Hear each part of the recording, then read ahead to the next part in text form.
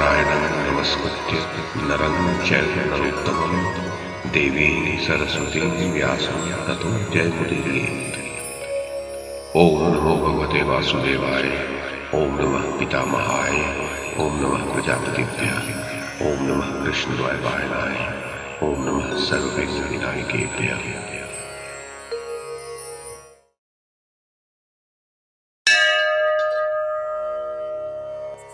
वैशंपायन जी कहते हैं, राजन, एक दिन देवराज इंद्र ब्राह्मण का रूप धारण करके कर्ण के पास आए और भिक्षाम देही कहा।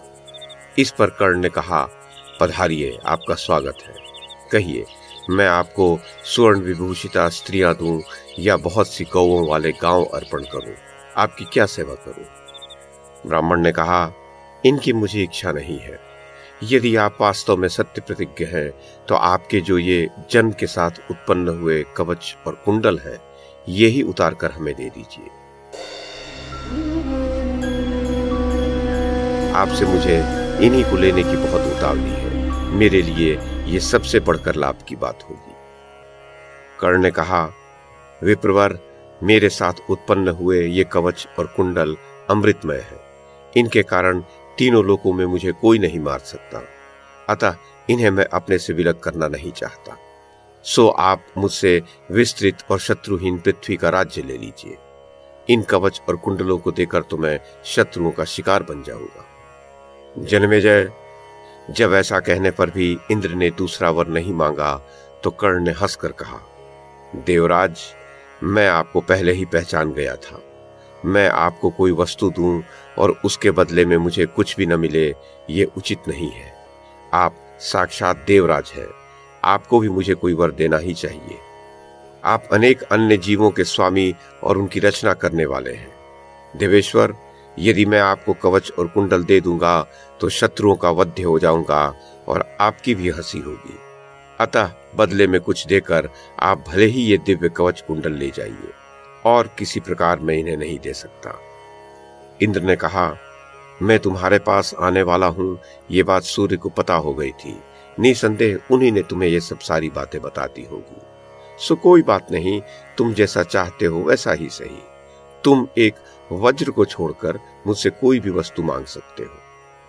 कर्ण बोले, इंद्रदेव, आप इन कवच और कुंडलों के बदले में मुझे अपनी अमोघ शक्ति दे दीजिए, जो संग्राम में अनेक शत्रुओं का संहार कर देने वाली है। जन्मेजय, तब शक्ति के विषय में थोड़ी देर विचार करके इंद्र ने कहा, तुम मुझे अपने शरीर के साथ उत्पन्न हुए कवच और कुंडल दे दो और मुझसे मेरी शक्ति ले लो, किंतु इसके साथ एक शर्त है।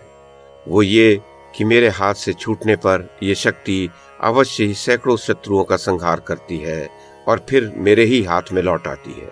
सो ये जब तुम्हारे हाथ से छूटेगी तो जो गरज गरज कर तुम्हें अत्यंत संतप्त कर रहा होगा, ऐसे एक ही प्रबल शत्रु को मारकर फिर मेरे ही हाथ में आ जाएगी। कर्ण ने कहा, देवराज, मैं भी केवल एक ही ऐसे शत्रु को मारना चाहता हूं जो घनघोर युद्ध में गरज गरज कर मुझे संतप्त कर रहा हो और जिससे मुझे भय उत्पन्न हो गया हो। इंद्र बोले, तुम युद्ध में गरजते हुए एक प्रबल शत्रु को मारोगे तो सही, किंतु जिसे तुम मारना चाहते हो उसकी रक्षा तो भगवान श्री कृष्ण करते हैं, जिन्हें वेदज्ञ पुरुष अजित, वराह और अचिंत्य नारायण कहते हैं।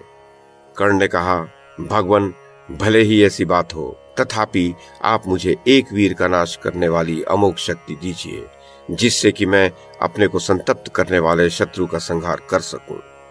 इंद्र ने कहा, कर्ण, जब तक तुम्हारे पास दूसरे अस्त्र रहें और प्राण संकट की परिस्थिति न आ जाए, तब तक तुम यदि प्रमादवश यह अमोघ शक्ति यूं ही किसी शत्रु पर छोड़ दोगे तो ये उसे न मारकर तुम्हारे ही ऊपर आ पड़ेगी।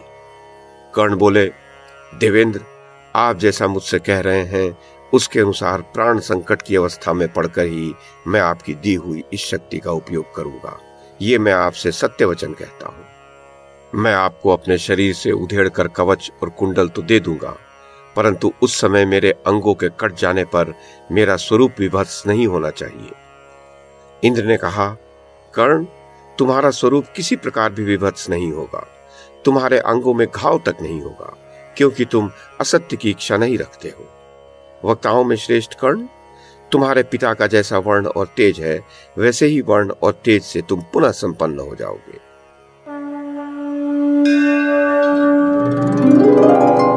वैशंपायन जी कहते हैं, राजन, तब उस प्रज्वलित शक्ति को लेकर कर्ण एक पैने शस्त्र से अपने समस्त अंगों को छीलकर कवच उतारने लगा। उन्हें शस्त्र से अपना शरीर काटते और बारंबार मुस्कुराते हुए देखकर देवता लोग दुंदुम्बियां बजाने लगे और दिव्य पुष्पों की वर्षा करने लगे। इस प्रकार अपने शरीर से उधेड़कर उन्होंने वह रक्त से भीगा हुआ दिव्य कवच इंद्र को दे दिया तथा दोनों कुंडलों को भी कान से काटकर उन्हें सौंप दिया। इस दुष्कर कर्म के कारण ही वे कर्ण कहलाए। जन्मेजय, इस प्रकार कर्ण को ठग कर और उन्हें संसार में यशस्वी बनाकर इंद्र ने निश्चय किया कि अब पांडवों का काम सिद्ध हो गया। इसके पश्चात वे हंसते हंसते देवलोक को चले गए। जब धृतराष्ट्र के पुत्रों को कर्ण के ठगे जाने का समाचार मिला तो वे बड़े ही दुखी हुए और उनका सारा गर्व ढीला पड़ गया तथा वनवासी पांडवों ने कर्ण को ऐसी परिस्थिति में पड़ा सुना तो वे बड़े प्रसन्न हुए।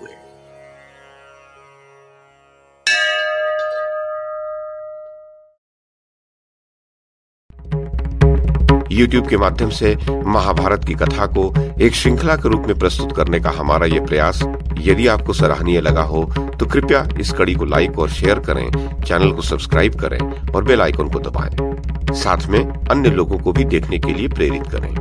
धन्यवाद और नमस्कार।